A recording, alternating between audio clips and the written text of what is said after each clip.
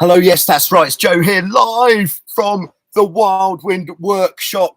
And yes, that's right. It's Joe here, live from the Wildwind Workshop with some more Q&A. Firstly, apologies that I wasn't able to make it last week, but I was in no fit state to be able to perform this service. But I'm back now, and here we go.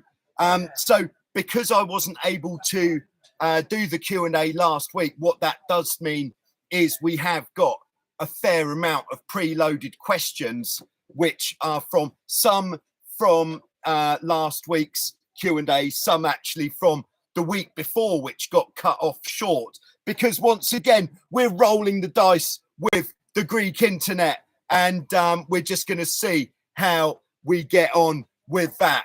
So I'm just going to steam straight in with my first preloaded question, which is from Morgan in Florida. And this was actually meant to be 2 weeks ago. So sorry about that, Morgan. That was when we got cut off short. So he's just bought a new 16, and the 16 has come supplied with, for the main sheet, for the top block, it's come supplied with the 40mm Harken Black Magic, I believe they call it, top triple block. Very nice indeed.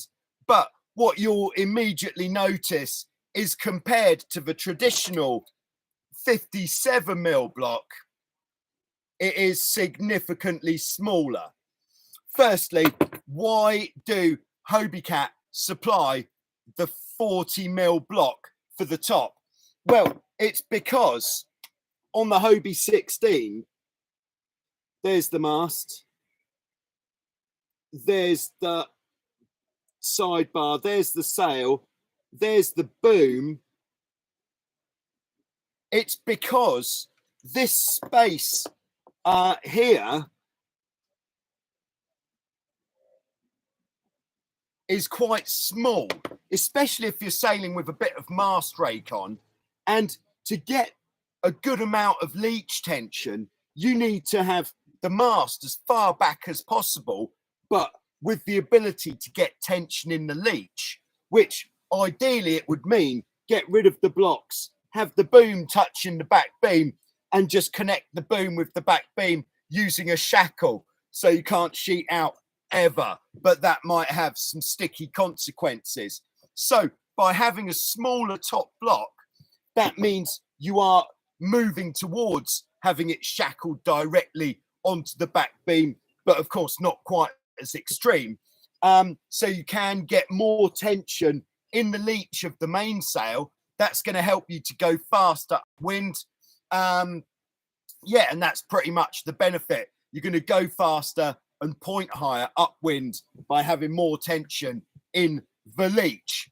However, of course, having the 40mm top block does come at a price, which is, if you want to use a main sheet that's any thicker than 8mm, this is 8mm rope, this one, and you see the 8mm rope runs really nicely through the block there. But some people do like a thicker main sheet, like this is a 10mm. If we put that into here, it will only just go through. It doesn't run very well. If it was really windy, you'd probably be all right. But if it's not, you'll have to use a thinner rope. So those are the pros and the cons of the smaller top block on the 16.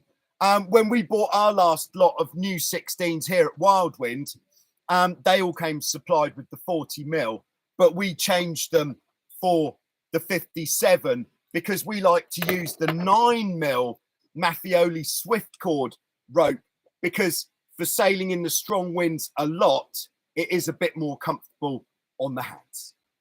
So there we go. I hope that helps, Morgan. Hope that clears up that question of why have they given me tiny little blocks. Anyway, hello to everybody who's tuning in live. Hello to HJ. Happy to be on board. Well, it's good to have you on board. Thanks for coming on board. We've got Mark and Janet in Ohio. Thanks for coming as always. And then we've got Laura in Santa Cruz. from Fleet 240. Hello to everyone. All right, so I think I'm just going to move straight on with the next preloaded question, which is from Ben. Ben's talking about the Hobie 18 and specifically jib traveler settings. So if you're not so familiar with the Hobie 18, let's just draw a top view first. Where can I put this? Over here.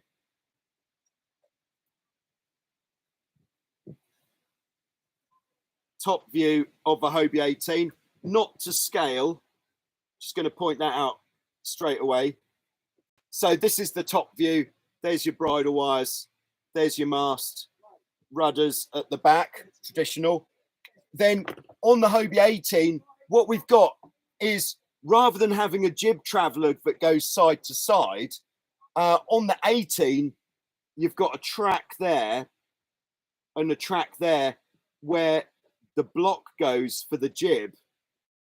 So you can move it forwards or backwards rather than side to side. So what on earth do you do with that?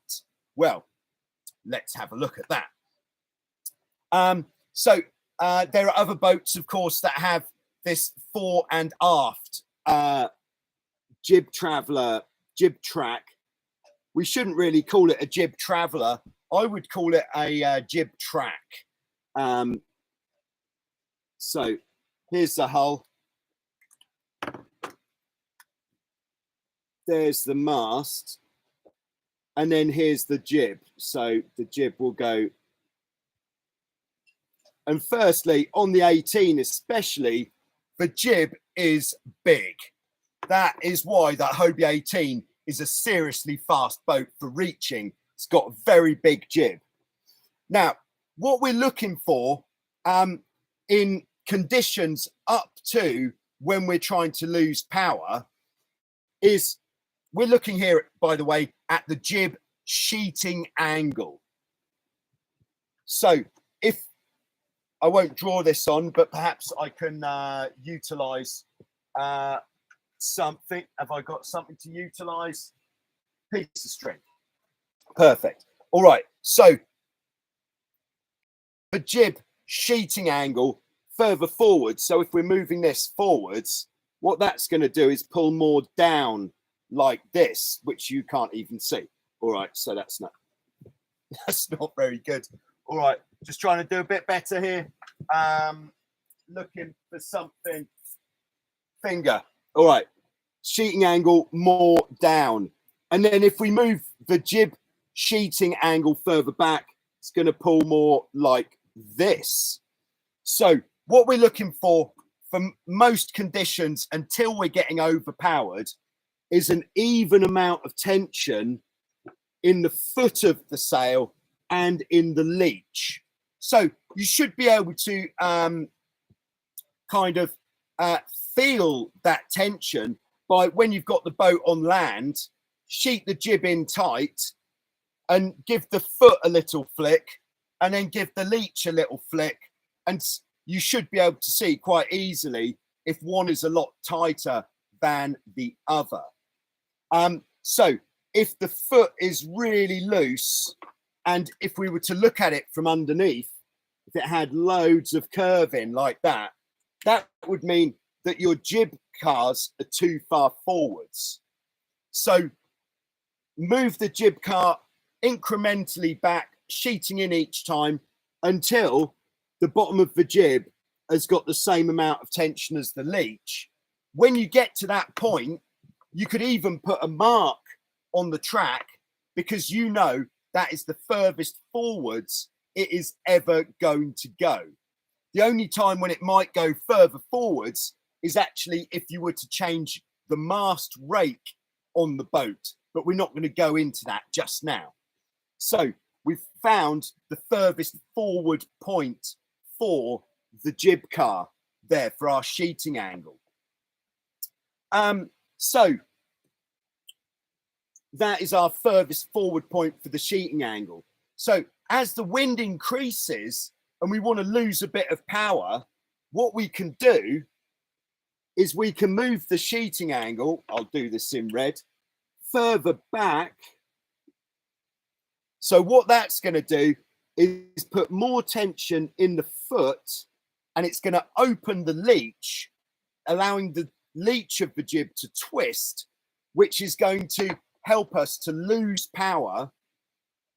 And it's going to help the sails just to breathe a bit. So if it gets windy, we want the jib to be able to twist more. It also means if we draw the sails in on here, if this is our mainsail and this is the jib, if the jib is allowed to twist more, it means that we're going to have good airflow between the mainsail and the jib as it gets stronger. So that is what we're doing with the jib. Another way we can look at it is with the telltales. This would be the same. It's been a long time. Would it be the same? No, it wouldn't. Okay, delete that. So the telltales, if the top telltale, if it's not overpowered and the top telltale on the inside is lifting much earlier than the bottom one, it's because we're sheeting the bottom of the jib in a lot sooner than we're sheeting the top, which means for conditions when we're not overpowered, we've got the jib, the angle of the sheet here too far back. So if we move it forwards, we're going to start sheeting the top one in earlier. Hope this makes sense. Certainly makes sense to me. We're going to start sheeting the top in earlier so you can tune the telltales using this as well as another way of looking at it. So there we go. I hope that helps there, Ben, with that question on the Hobie 18 and any other boat which has a fore and aft jib car system.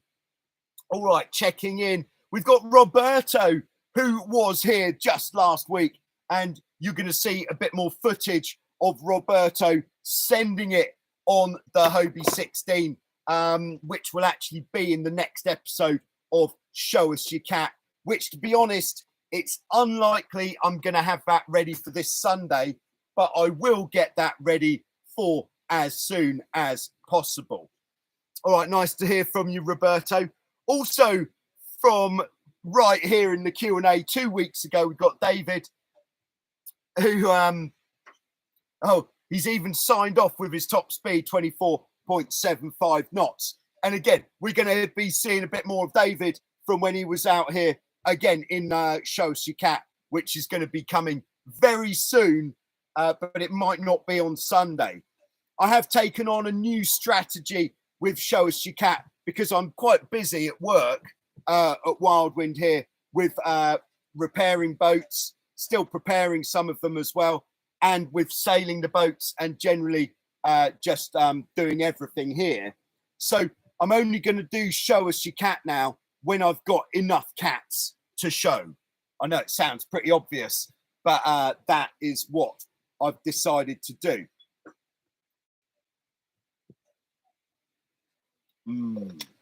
All right. So tuning in, we've got Tim. Hi, Tim. Great to have you on board. And then we've also got Black Sheep in Florida. Thanks for tuning in. Yeah, and yeah, hopefully we've got a stable enough internet connection to be able to go through this whole session. So I'm going to move swiftly on to the next preloaded question, which is from Sebastian. Hi, Sebastian. Sebastian asks, when I parked my Hobie 16 and the mast dropped down from the regular position to the ground, it seemed a bit bent. When I look at it, closing one eye, it makes a kind of C curve where it's about 5 centimeters from a straight line. So he's got about 5 centimeters of curve in his mast. That is, do you think it will impact significantly the performance? The boat is more than 40 years old, so no need for cutting edge performance. Okay, so if your mast is slightly bent,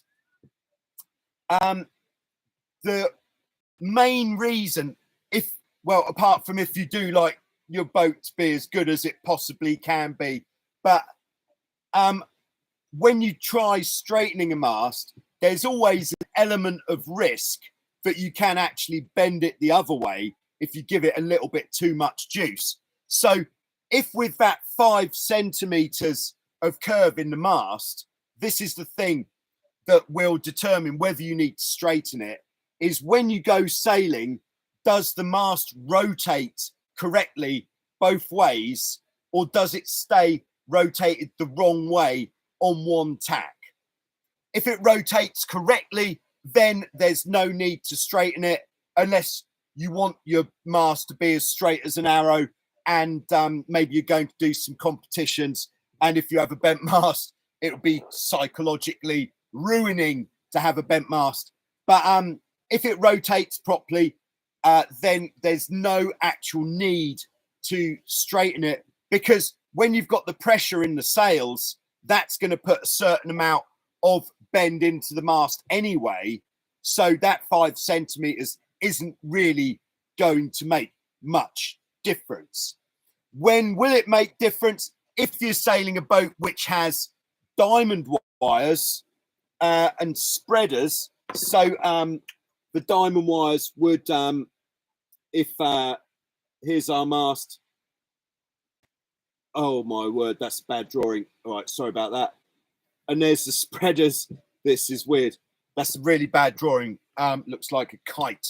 But if you've got diamond wires on your boat, then, and your mast is bent to the side, you should be able to take that bend out by adjusting the diamond wires individually to get that bend out. And then it is worth doing because it's easy to do. It just takes a bit of time. But if your mast rotates, don't worry about the bend in your mast. Thank you very much. Thanks for the question there, Sebastian. It was a good one. All right, we've actually got a question to the community. So this is from Heinz, who's in Germany. I think he's in Germany, might be in Austria, but I think it's Germany. And now Heinz has got a Hobie 16, and he's got a little bit of weirdness going on with his mast, where it's got 2 openings in the mast track, one really low down, like just above where the downhaul fitting is, and then one a little bit higher up than where your normal mast opening would be. Has anybody else experienced a mast opening in this way, where you've got a really low down opening of your mast where the sail feeds in? Put it in the comments below or in the live chat if you're here and you've experienced that. All right, this time I'm just going to take a very short commercial break.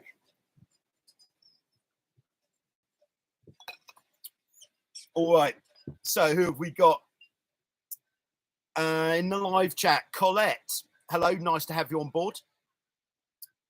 Colette is a beginner from Texas. In your videos racing, you can see gusts coming. Are you able to see the gusts from the waves in front of you? Yeah, the what we're looking for to see the gusts is any change to the color of the water. It's usually the color, and what the color of the water will tell you is the kind of roughness. So I don't think a gust would usually be, there's a gust, and in the gust the water will be a little bit more rough because the wind is obviously passing over it a little bit more. So the bits of chop are going to be closer together, which makes it look, sometimes it depends on what the sun is like, but on a fairly normal day it would make the water look a little bit darker. But if you're sailing into the sun on a sunny day, it will actually make it look a bit shinier. So you have to, first of all, just with the level of sunlight that you've got, work out how that affects the water in the area where you sail. You could do some sort of experiment, I should think, if you had a bucket of water and you just go down and you blow it like this and just watch how the ripples change the color of the water slightly. Depends on the color of the bucket as well. But sometimes, as I found out in South Africa with Dave, what I might have thought was a gust because the water was a different color was actually some really shallow water. Hilarious when we hit the bottom, of course. But yeah, so that's what we're looking for different colors of the water. All right, we've got Toot on board from a stormy Central Texas. All right, let us know if you're going, or if it's not started yet. Let us know if you're going to the Prindle Championships in Texas this weekend. We want to know who's going and what sort of Prindle are you taking. All right. All right, HJ is from Germany. All right, nice one, HJ.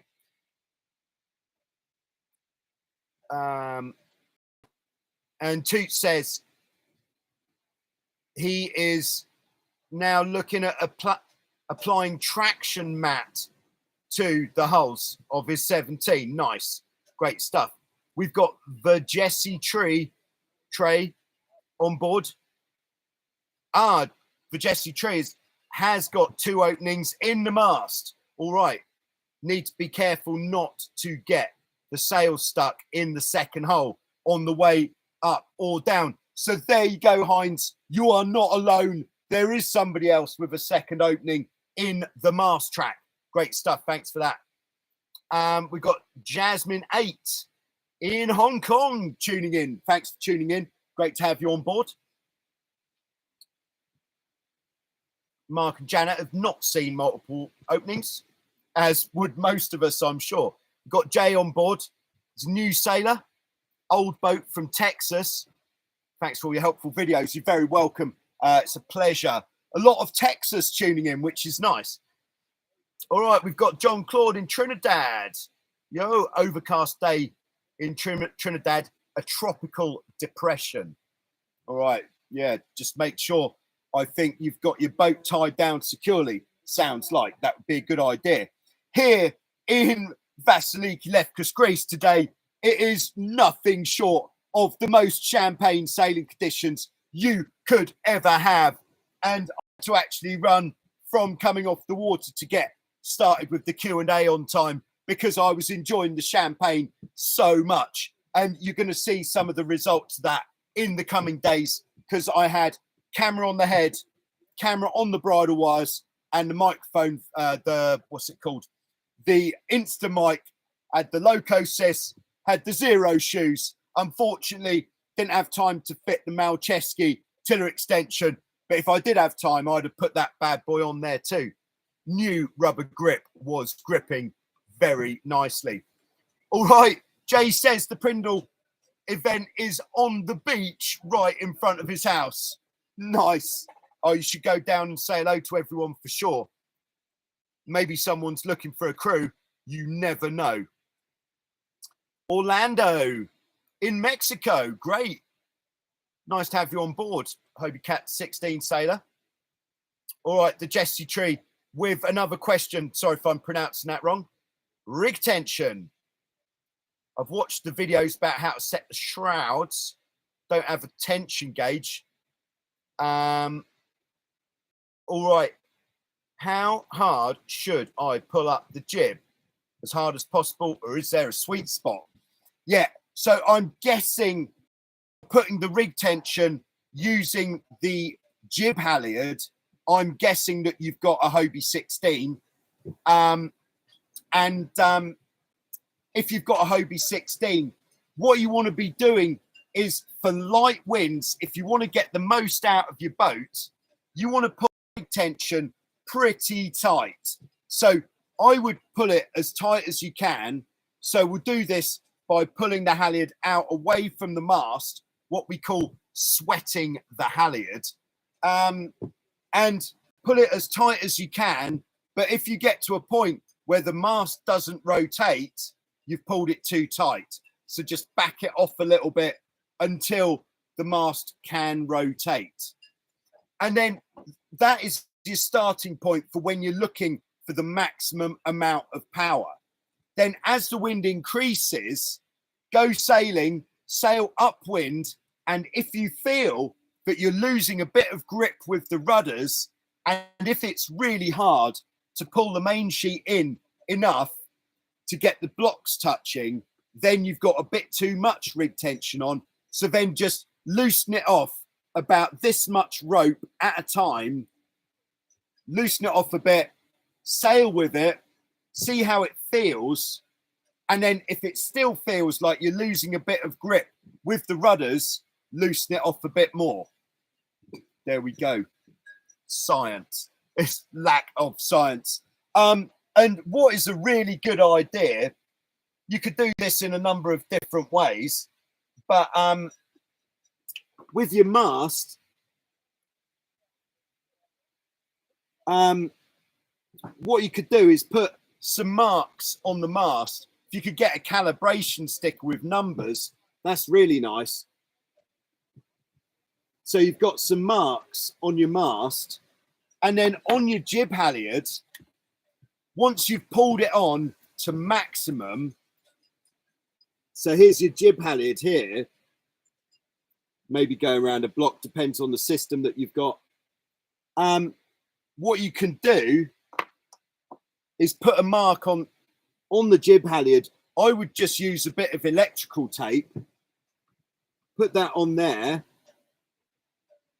and then you know that when that bit of tape lines up with this bottom mark, that is the maximum amount of jib halyard tension you're going to put on.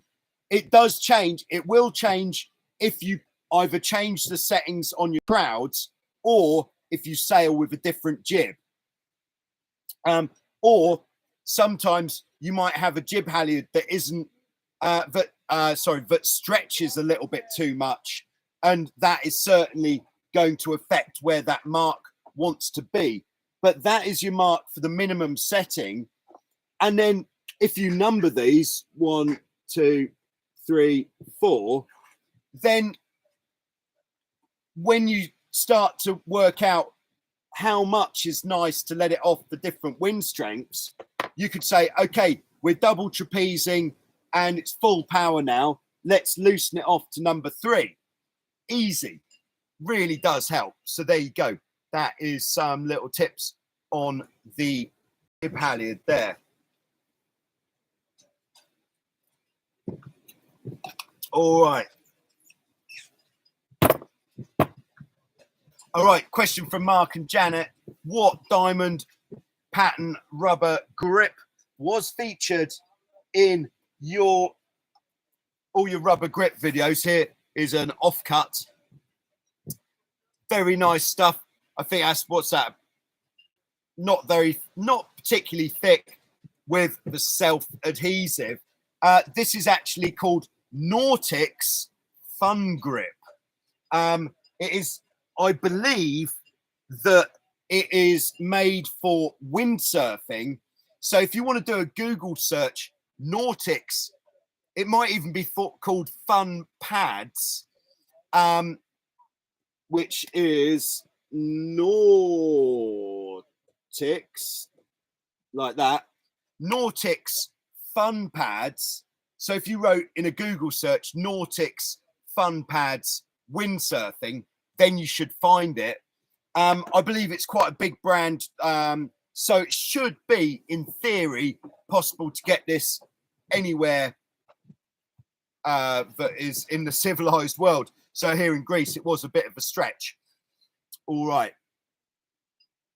So Toot says, why isn't there a magazine on catamarans? That is a very good question. But that is actually what I'm going to try to achieve with Show Us Your Cat, to have it as kind of like a video magazine type style thing. But what that's going to depend on is people sending me in things to show on Show Us Your Cat. But there is a magazine on catamarans. It's been absent. It's not general cat sailing. It's Hobie sailing. Sorry to anybody who's not a Hobie sailor, but it's called Hobie Hotline, and it's actually been relaunched since I think it was last out in the 80s. And the next, I think it's the second edition. It's going to be available online in the next weeks. So keep an eye out for that. Hobie Hotline. You could Google that as well. All right. So Jay says, I left my house this morning and the conditions for the Prindle Regatta is going to be champagne for sure. So if you're sitting on the fence and we're just waiting to see if you're going to go to the Prindle event on a forecast, the answer is yes, you should go there. All right, we've got Jeff on board. Long time, no chat here. Race season is on. All right, good luck in your racing season. Everybody who's going racing this summer. Got Office Hands Dave on board. Hi, Dave. How you doing? Good to hear from you.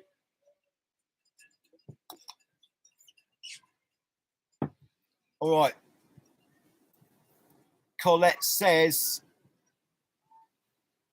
does anybody have any suggestions on shorts which keep the knees from getting torn up? Yeah, this is a common complaint here at Wildwind, actually, with people coming out on holiday, very sort of office knees, let's call them. So the knees are quite soft. And of course, catamaran sailing, you do spend a reasonable amount of time on your knees.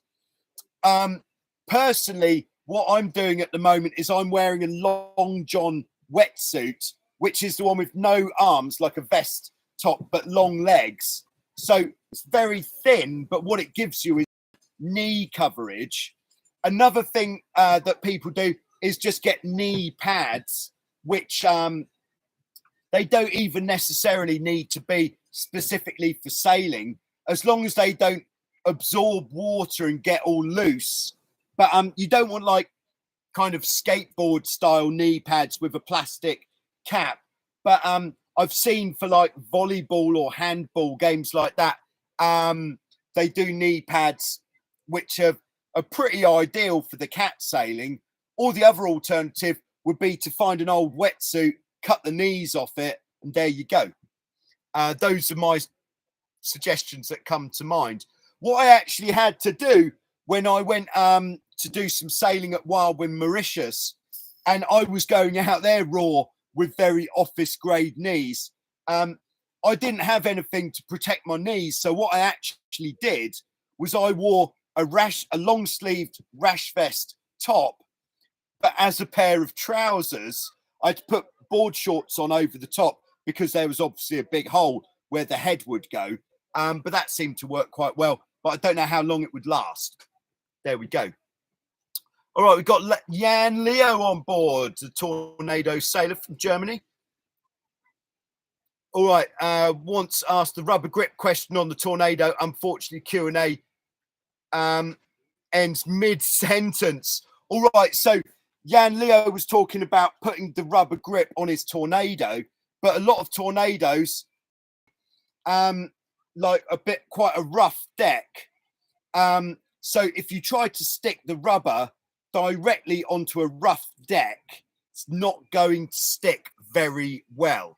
So what you need to do before you can stick the rubber onto your deck of whatever boat it is you're sticking it on is sand it down a little bit, unless it is absolutely glamorous, shiny gel coat. If it has got some non-slip in it, sand it down a little bit, get rid of some of that non-slip, and then use some acetone to clean it, and then stick the rubber on board. All right, currently sandpaper finish on hull, repaint needed. You don't need to repaint it if you're going to put the rubber on there. Just rub it down a little bit, get it nice and smooth, and then put the rubber grip on there. Easy. Right, thanks for tuning in, everyone, by the way. Nice to have you all with us. And hello to Declan. Oh, so Declan says he twisted his ankle 2 weeks ago in a bad capsize. Sorry to hear that. Yeah. what I think that does draw attention to is if you are sailing a lot in strong conditions or even just in trapezing conditions, you always have to be treating the sport with a lot of respect, because all it takes is for you to take, I'm not suggesting that Declan took his eye off the ball at all, but all it takes is for you to take your eye off the ball for a minute and you could hurt yourself. So stay focused when you're sailing. And what I find is it's actually the lighter conditions, when it's just trapezing conditions, that is when you're probably like not focused as much. When it's really, really windy, you sort of got the adrenaline going, you're like razor sharp focus, want to stay on the boat, don't want to capsize, that kind of thing. But when the wind's a bit lighter, that is probably where most accidents actually happen. So keep your eye on the ball there, guys. Thank you. Dave says, like the new shirt. Thank you. The 2022 Joyrider shirt. I don't even know if I've listed these yet in the online store. If anyone would like to purchase one, just head over to totaljoyrider.com. That website is all just done by me. So if you do purchase anything from the online store, that is a great way of supporting Joyrider TV. And you're also spreading the word by people who say, where'd you get that nice t-shirt? What is Joyrider TV? Ah, you'll say, don't you know? Nice. All right, we've got Hello on board. Hello, hello. Hello from Sweden.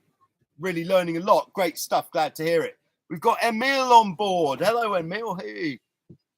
We've got Paul on board, who is actually here with us at Wildwind at the moment. I went sailing with Paul just yesterday, and we certainly put it down the mine shaft, but we didn't capsize. But yeah, it was pretty windy yesterday, a little bit less today, but absolute champagne. Iron Horse is with us from Virginia, USA. Thanks for tuning in, Iron Horse. All right, Toot got a blue diamond grip to match his sail. Nice job. Jay says we need to have a show us your cat t-shirt. Okay, good point there. I'll put it on the list of things that we need to have. All right, Emil says it's got a NACRA logo leveled lower than the rest of the hull. It's a NACRA F18 Infusion Mark 1. Planning on putting rubber grip on the hull. Should I sand the rest of the hull? No, I don't think you should. Let's try. No, I don't think you should sand the rest of the hull. I think you should certainly clean the rest of the hull, but don't sand it. Have I got some of this stuff over here? Just going to have a quick look. We're in the workshop.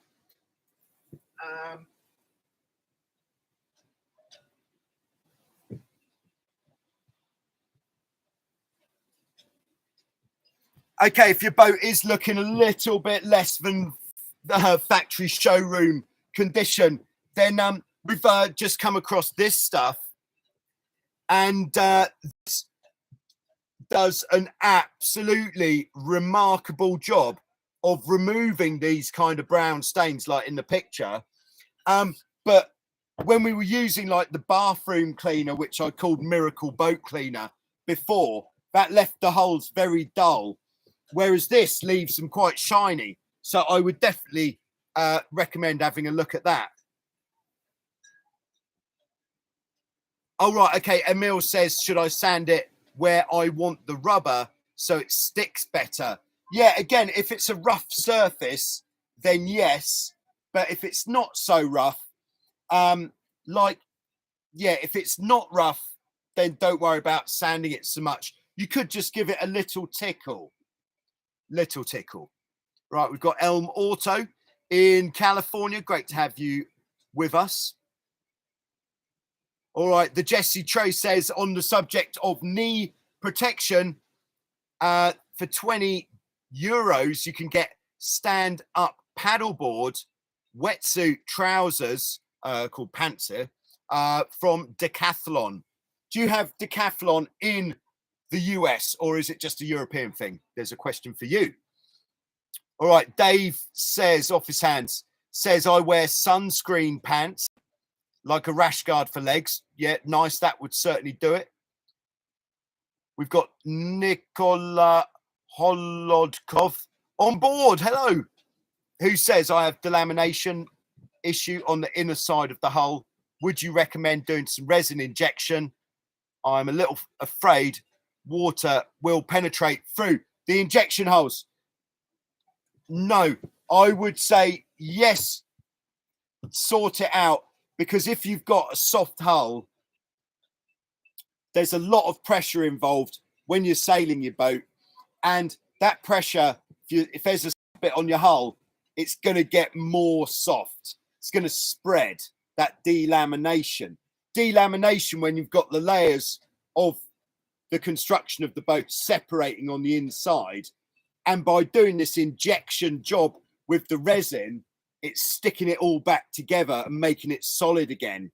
And then it's not going to leak through the holes where you put the resin, because the resin's actually going to block the holes itself. So yeah, I would go for it. There is commitment involved, but I would go for it. All right, we've got Lee in Macon, Georgia. Great to have you on board. Says, good day, Joyriders. Good day. All right.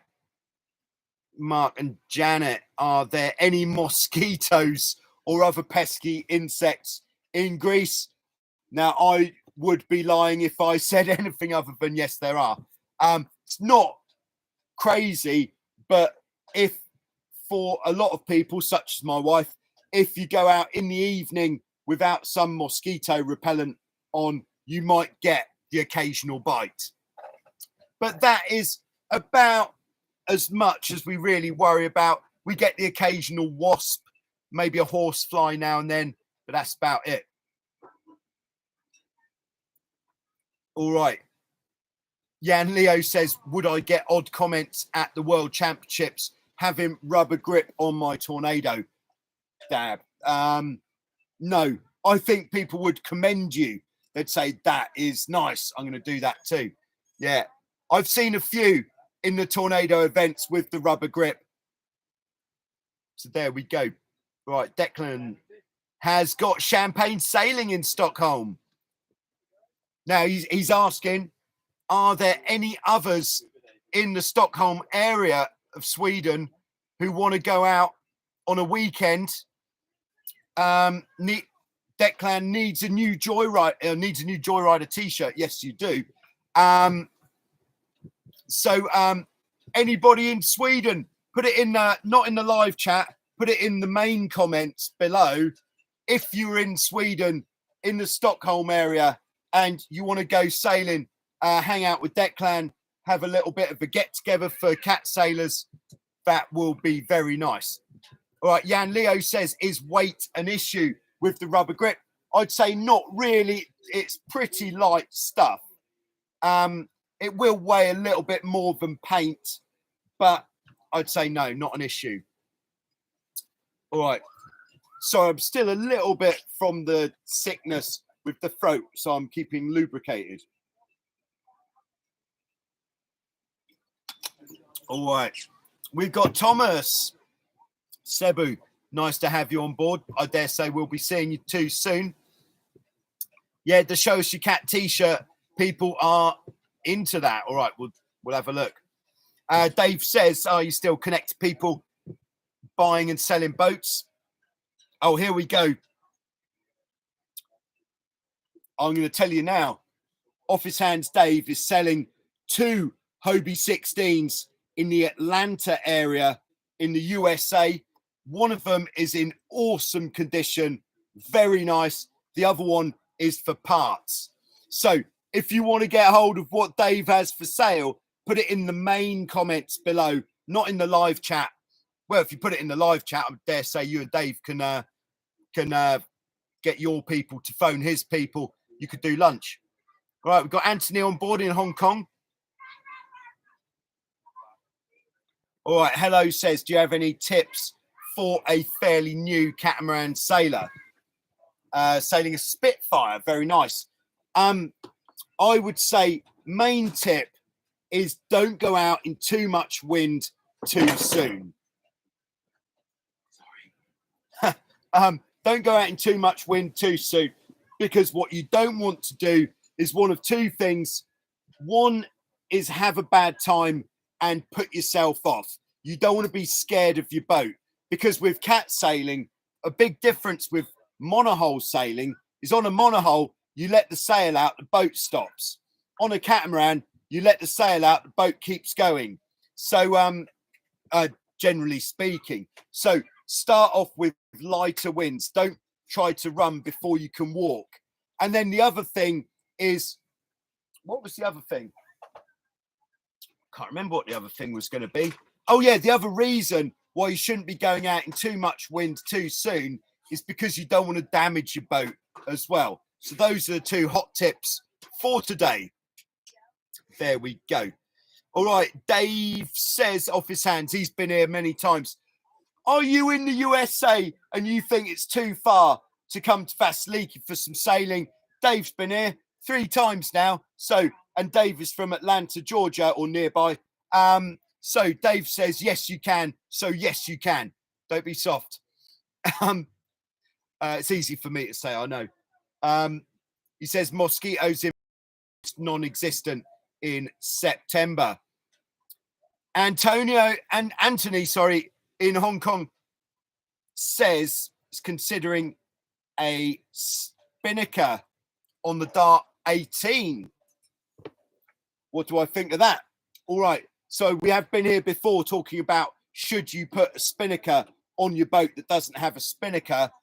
I would say the main reason for putting a Spinnaker on the boat would be if you are wanting to cover more distance. So if you've got a Spinnaker on the boat, you can probably cover about, I'm making this up by the way, 30%, maybe even more, 45% more distance on the downwind leg in the same amount of time.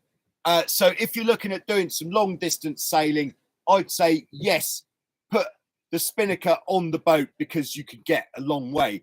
The other reason for putting a Spinnaker on the boat might be if you're mostly sailing in light winds and the downwind just seems pretty boring, then yes, the Spinnaker is going to help. But if you're a high wind sailor and you think the Spinnaker is going to make you go faster, get a higher top speed, it's not. It's just going to take you downwind faster. That's like me contradicting myself, isn't it?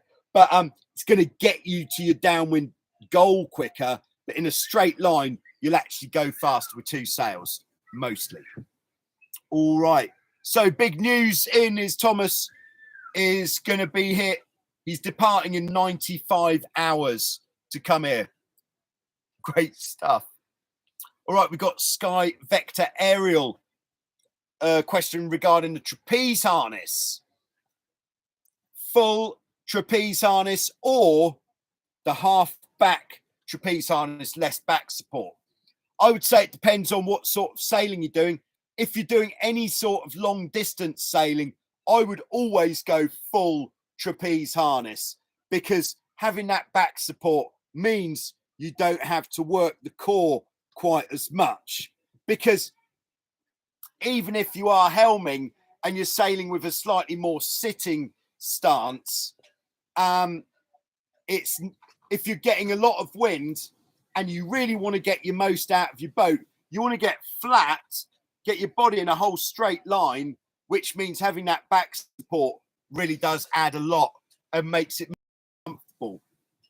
The time for the halfback harness is if you are not racing, not doing long distance, you're doing short legs, then the halfback.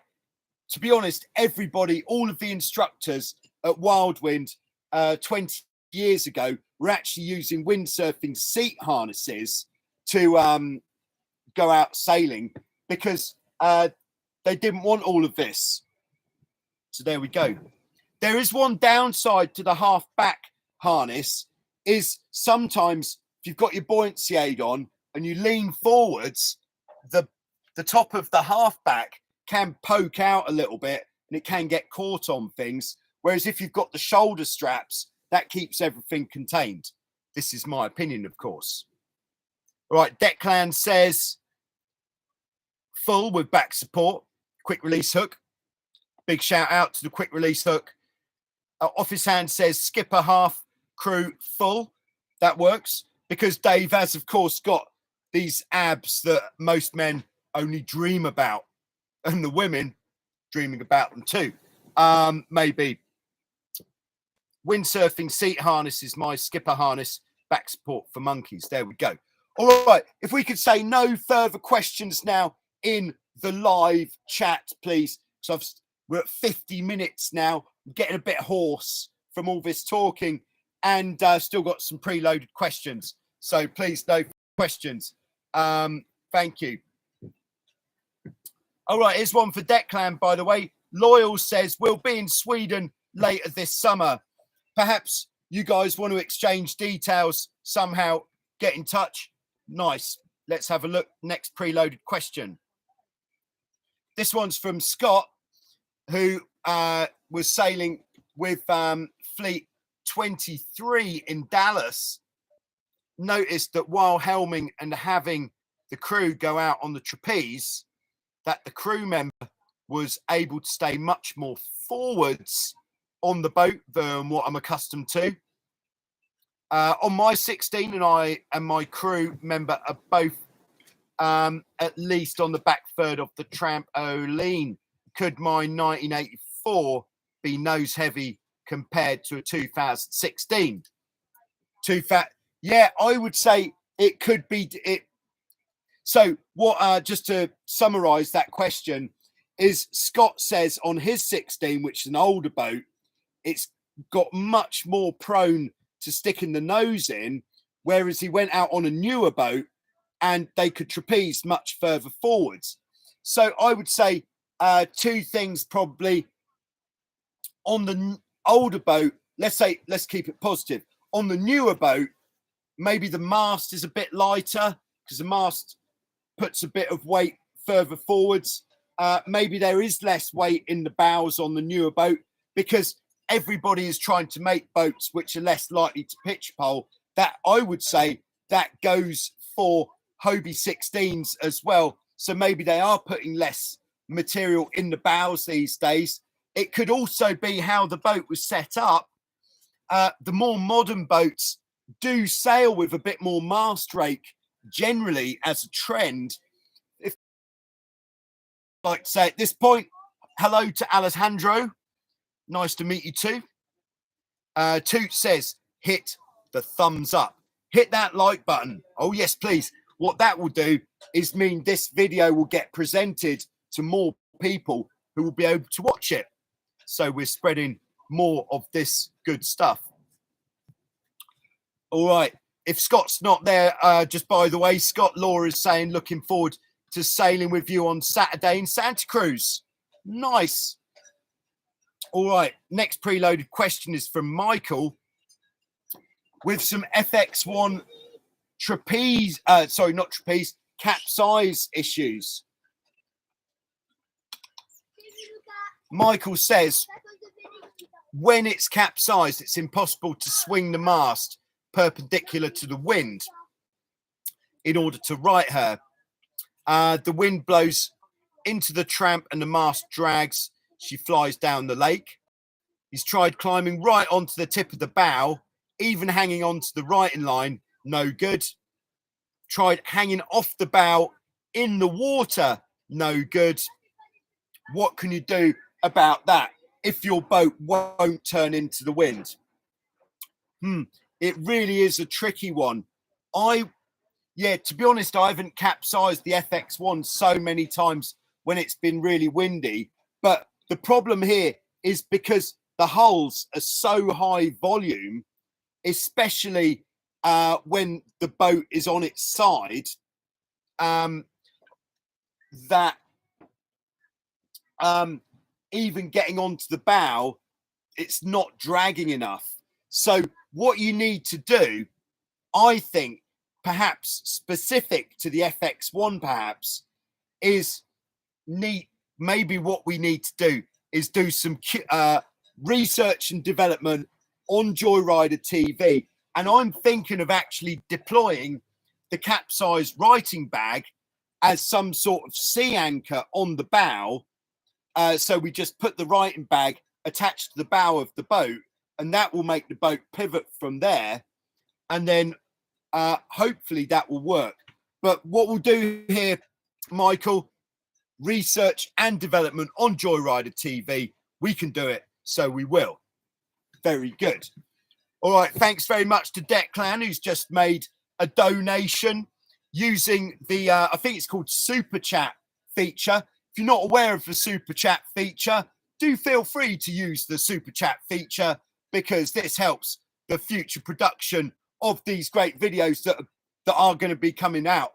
And to be honest, the computer that I've been using for the last 3 years does feel a little bit last legs. So any donations are going to be going towards the purchase of a new computer to make the videos even more shiny. So thanks again, Declan, and I hope you have some good sailing there. All right, Jan Leo says, what do I need to do to qualify for the Tornado Worlds? All you need to do is enter. That is all. And then you need to make sure that your boat has got a measurement certificate. If you haven't got one, you need to speak to the previous owner. And if you can't get one from the previous owner, I would suggest talking directly to Jürgen at the class association, who will be able to help you. You're going to need insurance, and your boat has got to have sails and everything that measure. So what I found when I took Bad Boy 94 to the first event was there was a bit of expense in getting the boat measured for the first time, because I had new sails on the boat which had to be measured. The hulls, the stickers on the hulls had to be replaced, but it's a really great opportunity, I think. All right, so back with Michael with his FX1 small issues. And now he said she's always pushing forwards, never parked nicely, never neutral, even with the sheet detached and the jib loose. She's always pulling. So this would be kind of like if you are bringing the boat back upright with FX1 here, which is actually the same for a lot of boats like this. These boats with, especially if you've got a self-tacking jib, if you've got dagger boards, then it is difficult to get the boat to stop. So what you need to do is, if you bring the mainsail in a bit, if you let the mainsail off, then all the boat is going to want to do is bear away. So we're going to use this drawing here. We've got the sails already. So what we know is that the mainsail brings the boat up into the wind. The jib takes the boat away from the wind. So if we've got, and if we haven't got a jib, there's a lot of windage on the bows, which will have a similar effect to that of the jib, pulling the front of the boat away from the wind.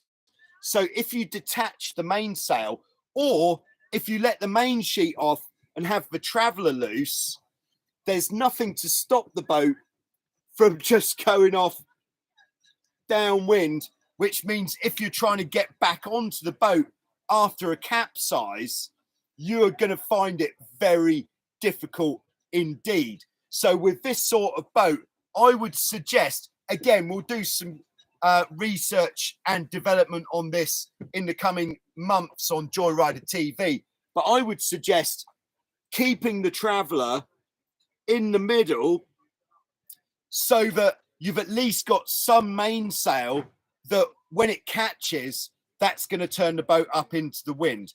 That is, I would say, all that you can do on that. All right, so I hope that helps, Michael. Good luck with that. But we will look forward to that bit of R&D. And the final preloaded question is from Matthew. 2 shakes. Who says, I park my 16 with the mast up at the marina on a trailer and launch from a ramp. Nice. The prevailing winds are almost always directly onshore. Should we draw this? I think we can, just to try to get an idea of what we're talking about here. So we have got a marina, a ramp. That's the ramp going into the water. Onshore winds. This is some great drawing today. All right.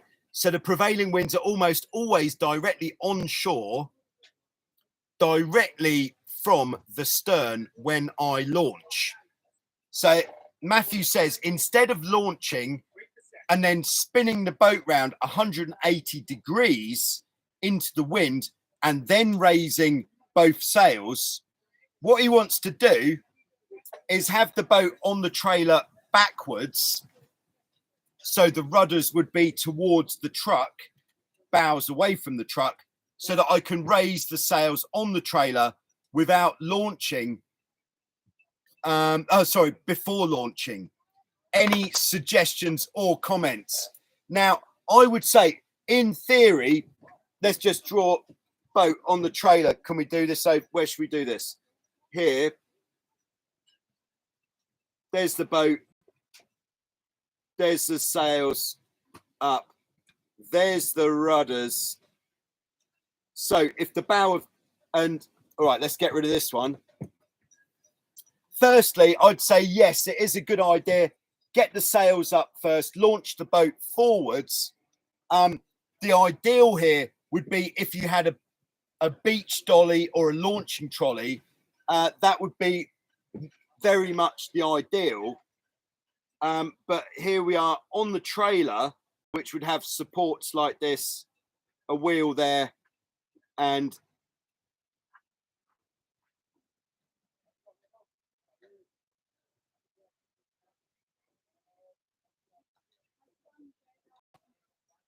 there we have a truck.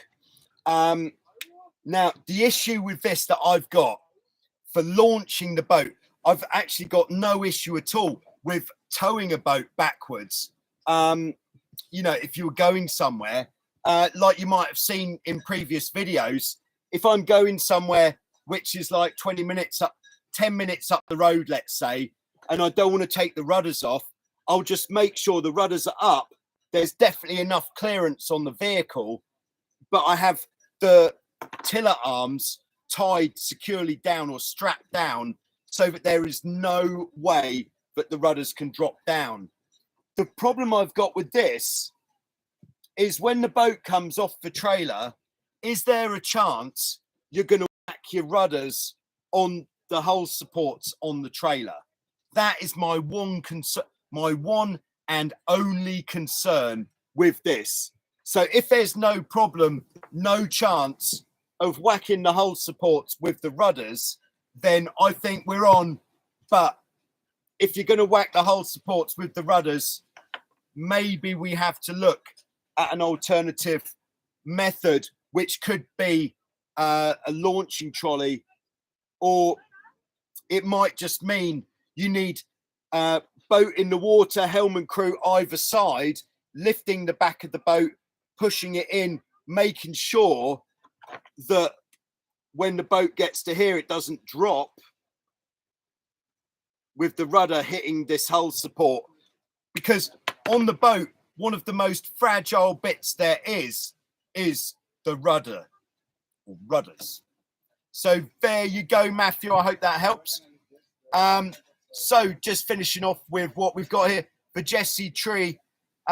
says, I've done backwards on the trailer launch a few times, similar conditions. Just need to make sure you can get to the front of the boat and hold it while the trailer is being stored. Yep. Very good point there. Sky Vector Aerial says, Supercats are difficult to pitch pole, much more flotation up front. Very good. And we've got Stephen on board who says he's arrived, packed for Sunday's flight. I'm guessing by that statement, it means Stephen is coming here on Saturday. Great stuff. Looking forward to seeing you at the weekend. Okay, so there we go. That is all we've got time for today. 1 hour and 5 minutes of pure Q&A there. So thanks to everybody who's been here live. Thanks to everybody for their preloaded questions as well. I will try to be back next Friday with more Q&A. There will be some Show Us Your Cat coming soon. If you're going sailing, take a GPS, get on the speed stick. If you want to support the channel, go to Patreon or totaljoyrider.com, get a t-shirt. And goodbye to everybody and goodbye right now. And I'll see you soon on Joyrider TV with some more. Thank you very much.